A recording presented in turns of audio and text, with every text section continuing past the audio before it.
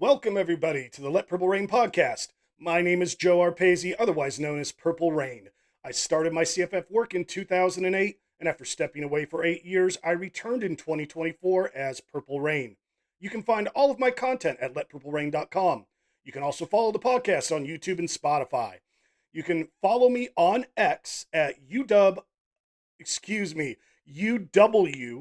underscore purple underscore rain, spelled REIGN. That is the best thing that you can do to follow me for all the most up-to-date information that's happening about CFF. And I also include content and player injury news from other sources besides just letpurplerain.com. And to go into a new announcement here, we are week 7 of the CFF season. We're right at about the midway point when you include the playoff weeks here. And I have been hosting the Let Purple Rain League, which has been called the 2025 Battle for the Belt 52-Man League Challenge. Right now, we are wrapping up the regular season, which runs through week 8. There are 4 divisions that have 13 teams, and those teams are all playing best ball format right now through 8 weeks. And then starting in week 9, we start the playoffs, which will feature the top 8 highest scoring teams from each division will start off in a divisional playoff series. I will be giving updates starting once the playoffs are going for who's made the playoffs and how everyone is advancing each week here on the Let Purple Rain podcast. So I'm excited to be able to give you guys some updated news once we hit the divisional playoffs here, and really excited here to go through and to let you guys see what we have for today's show. Just like we've been doing, YouTube and Spotify will be the home of my start-sit suggestions for the week. LetPurpleRain.com will be the exclusive home where I answer your submitted questions and help you create the best lineup possible. I put out threads on X and on Substack every week asking for your questions, and I take those questions and I answer them in the premium subscriber section, the second video that I post on my site. Now that that's out of the way, let's dive into some college fantasy football.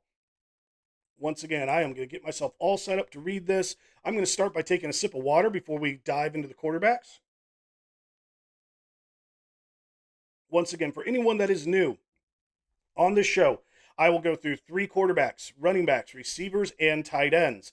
I will review hand-selected guys. I will provide you where I ranked them in my weekly rankings. I'll also go through what Vegas, the betting lines have for a projected score for that player's team for the game. I also go through 4 advanced stats. I give a fantasy matchup grade for each game. That fantasy matchup grade is based on taking team stats for offense and defense. I apply fantasy points to those team stats. I then re-rank all of those like pass offense, pass defense, rush offense, rush defense. I re-rank all of those by fantasy points scored or allowed. That then creates my rankings for the best fantasy offenses or defenses. And then I compare those rankings, and I kind of have a formula that then spits out a grade based on the difference of where those rankings are. So that's how I come up with my fantasy matchup grade. I also will go over defensive touchdowns allowed per game, whether that's rushing or passing. I go over red zone touchdown conversion rate of the defense. That's how many times a team scores a touchdown when they get in the red zone against a defense. And then I'll also go over yards per attempt allowed by that defense, whether that's passing or rushing. And I'll also explain whether or not each of these stats are really good, kind of good, average, kind of bad, and really bad. For those of you on Spotify that you cannot see the color coding that I do for our viewers on YouTube, but for those of you watching on YouTube, dark green is really good, light green is kind of good, black is average, light red is kind of bad, dark red is really bad. Now that I've gotten all that basic information out of the way, I'm going to start with our first quarterback here of the week. That is Marcel Reed, Texas A&M. He is taking on Florida. I have him ranked as my QB 54 this week. and Vegas is calling on Texas A&M to score 27 points. My fantasy matchup grade for this game came out to being a C plus, which is average. Two other average stats here is that Florida is only giving up touchdowns in the red zone 50% of the time, and they're giving up 7.2 yards per attempt passing.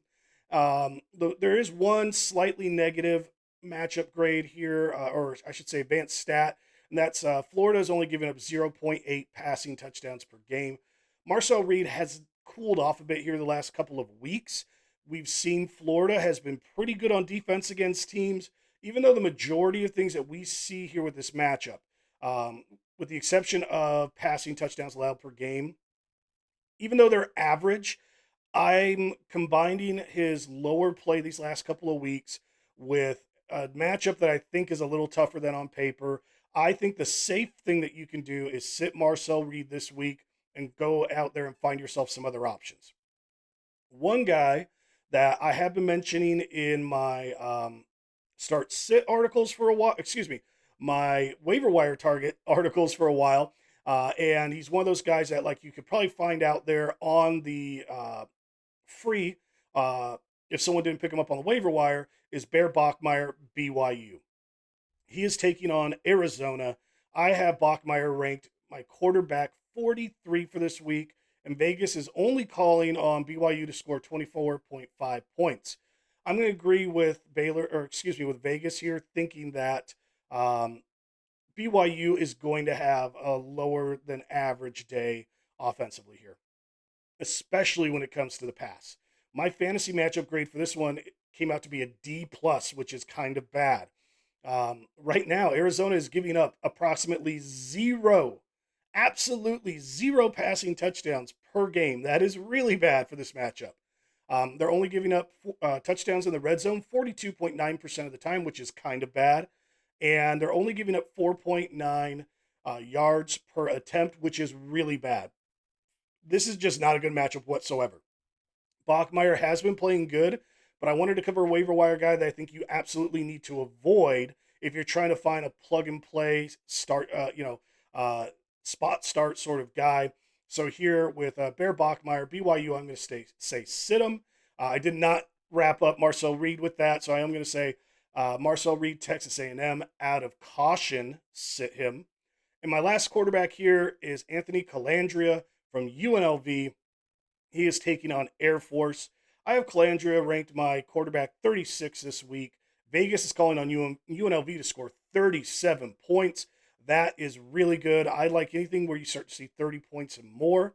And my fantasy matchup grade likes this one as well. It's a B plus, which is pretty good.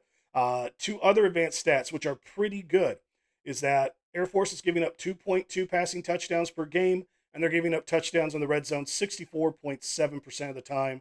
The thing that I really like on this one is that Air Force is giving up 10.7 yards per passing attempt. This is a fantastic stat for Calandria.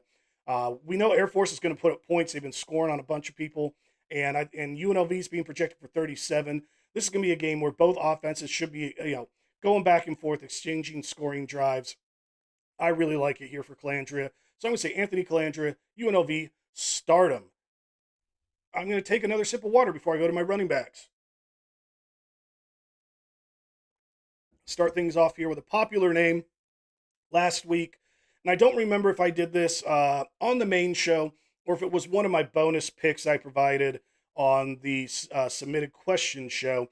But I did highlight Jam Miller last week as someone that should be sat against Georgia. He turned out to have a pretty darn good game.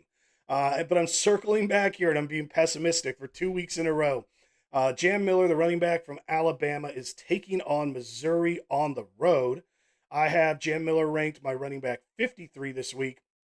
Vegas is calling on, Alabama to score 28 points. My fantasy matchup grade came out to a D minus this week, which is kind of bad. Really close to being really bad, which is where the F comes in. And another a really bad thing here is that Missouri's only giving up 0.4 rushing touchdowns per game.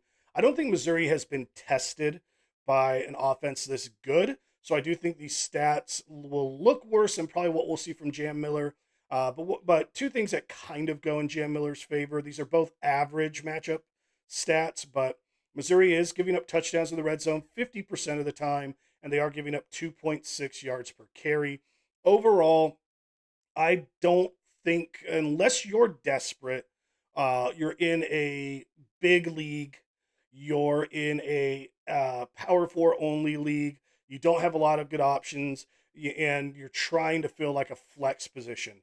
Um, that might be a scenario where just if your hands are tied, I would just say do it. I know I'm doing it in one league. I believe it's the Tadpole Bowl. I'm doing that. He's one of my flex guys just because I can't afford to drop anyone I have to find a better option in that Power Four only league. So I'm just kind of forced to put him in there. But if you're not in a situation like that I just described, I'm going to recommend Jam Miller, Alabama. Sit him. My running back, the second running back I'm going to cover this week in a familiar game here because I just mentioned it in the quarterbacks is Jaden Thomas from UNLV taking on Air Force. I have Jaden Thomas as my running back 9 this week, which I am going to admit I think is a bit optimistic. Vegas, like I said, is calling on UNLV to score 37 points. There are 3 advanced stats that are really good for Thomas here with this rushing matchup against Air Force. The fantasy matchup grade came out to an A. Air Force is giving up 2.6 rushing touchdowns per game, and they are giving up 5 yards per carry. Um, the last two stats I mentioned rushing touchdowns per game, yards per carry. That may be affected a little bit. They did just play Navy, one of the best rushing offenses in the country. So I do think that probably does skew the stats a little bit, but we have uh, at least 5 or 6 games of stats under Air Force's belt. So I still am going to kind of lean into how good all 3 of those stats are and why. And that's a big reason why I have Thomas ranked number 9 this week. A pretty good stat is that Air Force is giving up touchdowns in the red zone 64.7% of the time. Like I said, I think this can be a back and forth scoring game. I don't picture any offense really jumping out to a big lead, especially, let's say, Air Force jumping out to a 17-point lead on UNLV. So it should keep the game script balanced where Thomas can continue to get a good mix of run while they're still throwing the ball to Calandria. So for Jaden Thomas, UNLV, I'm going to say start him. My last running back here, trying to find someone that might be available on the waiver wire for you guys, someone you can get up for or get for free right now if you need to plug a hole in your lineups, whether it's a running back, flex player, and I'm going to admit I'm stretching this one a little bit this week, but I'm going to go with Jeffrey Pittman, Southern Miss versus Georgia Southern. I have an ambitious ranking for Pittman as running back 23.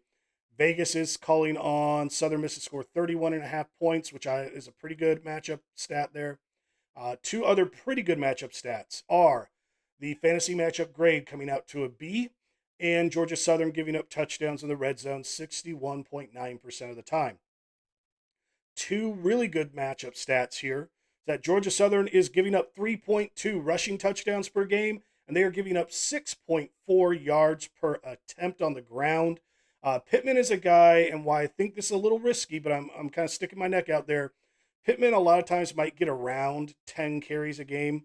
I don't have the number in front of me, but last week that number bumped up. I'm going to guess somewhere around 15, I think, was his workload. This could be a game where I could see Southern Miss leaving his workload higher, somewhere in the teens, so he can get those extra carries, take advantage of these good matchup stats. So if you're looking for help, someone that should be available for free right now before you hit Saturday, I'm going to say Jeffrey Pittman, Southern Miss, start him. I'm going to take one more sip of water before I jump into the wide receivers. I'm going to start things off with a pretty popular name. Someone I've been covering on the waiver wire. Don't know if he's still going to be available for much longer here, but that is Ryan Davis from Utah. He is taking on Arizona State. Vegas is calling on Utah to score 26.5 points, and which I'm going to say is about average. There's a bunch of other average stats that I look at in this game. Arizona State's giving up 1.6 passing touchdowns per game. They are giving up touchdowns in the red zone 52.9% of the time, and they're giving up 6.6 yards per passing attempt. The one thing that really comes out good here, though, and I find this surprising, because Utah is not really known as a big passing offense.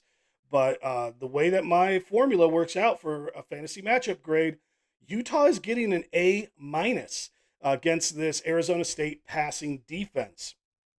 And I do think that this is one of these games where Ryan Davis should still be able to get his targets. Um, it's one of those things of, can he get 80 yards and a touchdown? I'm leaning toward yes. Um, because he's been playing so well lately, that boosts him in my weekly rankings, why I had him at number 12. I do look at everything from the same advanced stats that you guys are viewing. I also view how the opposite side of the ball matches up. So if the passing game is a much more favorable matchup than the running game, um, I look at that as a boost for the guys in the passing game. So I do think number 12 is a little high for Davis, but there's a lot of factors that play into it where I think he can be more reliable here, despite the fact that there are a lot of average uh, things about this matchup. But I'm still going to kind of lean into it here and say Ryan Davis, Utah, start him. Next guy has been kind of on a roller coaster when it comes to his fantasy production. He's been a hot name on the waiver wire. Some leagues he's still available. Other leagues he was snatched up several weeks ago. That is Jordan Napier, San Diego State, and he is taking on Nevada. He is my wide receiver 54 this week. And I have Vegas is calling on San Diego State to score 24 points. Once again, that's average. We have two other average matchup stats here. Fantasy matchup grade came out to a C, and Nevada is giving up touchdowns in the red zone 50% of the time. The other advanced stats, kind of like Napier, you see both the good and the bad with Napier's performance. That's what I'm seeing with these other two advanced stats. The slightly bad matchup stat here is that Nevada's only giving up one passing touchdown per game. Big reason that you see that is that the San Diego State offense matches up way better on the ground. They're a very good matchup this week on the ground, and I think that San Diego State running game will probably dominate the play calling. That's another reason why I have Napier down so low, even though some of this stuff is pretty average. He has a pretty good matchup with the Nevada defense giving up 7.5 passing or yards per pass attempt.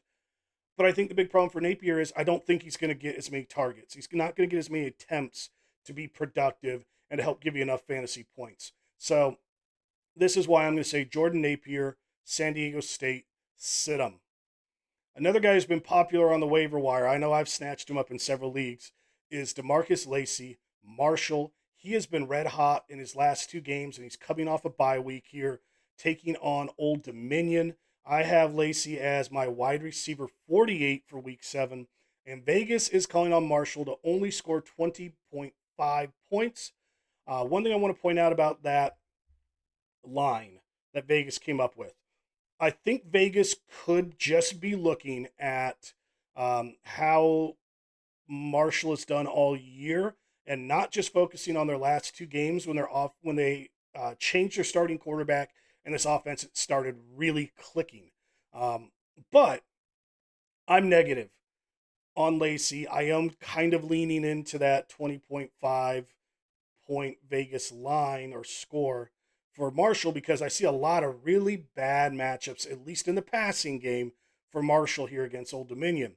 The worst of all of those, and this one is really bad, is that Old Dominion is only giving up 5.3 yards per pass attempt. All of the other fantasy matchup things here are kind of bad. The matchup grade is a D plus. Old Dominion is giving up 0.8 passing touchdowns per game, and they are giving up touchdowns in the red zone 46.7% of the time.